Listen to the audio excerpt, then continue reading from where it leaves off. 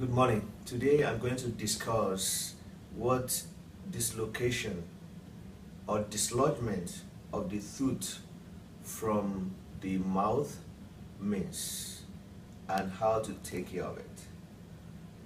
Before I discuss tooth dislodgement, I would like to tell you that the tooth is the grinding mechanism that we have in our mouth. It is used for chewing food, and the breakage of the tooth or removal of the tooth by traumatic incident can be painful. First of all, what are the parts of the tooth?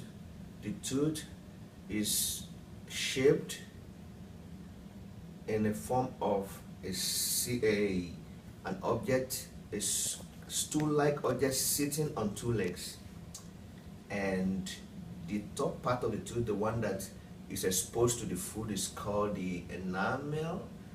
A little chip off of the enamel, the inside of it, you're gonna see it's gonna be rough whenever you have a small breakage.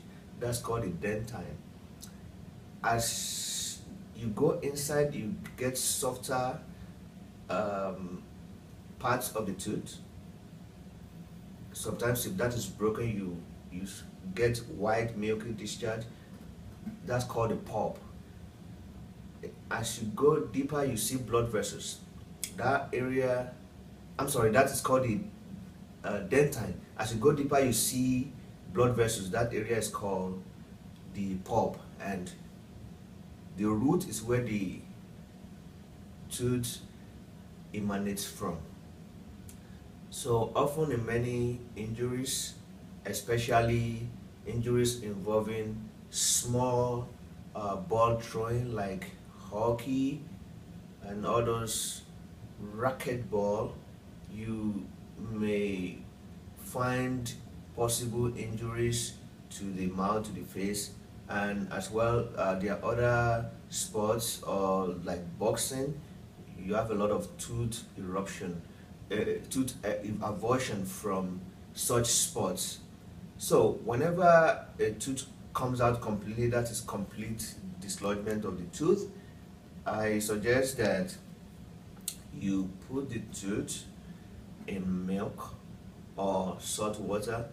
It should be transported within 4 hours. If that is not possible, try to rinse off the tooth and reimplant it into its place, because if you leave the tooth out for 4 hours, it may not work after it's been replanted. There is also possibility that the pulp is exposed, which I describe as where the blood vessels are. You get some bleeding in that aspect. The available way to temporarily feel that, the best way that we sports medicine doctors do, is to use calcium hydroxide. We put it as a temporary filling. It's gonna stop the bleeding. It's gonna also help until you are able to see a dentist who is going to permanently fix or replace the missing part. Please don't forget to continue to join us, and we'll give you more hints as to what to do during emergency such as this.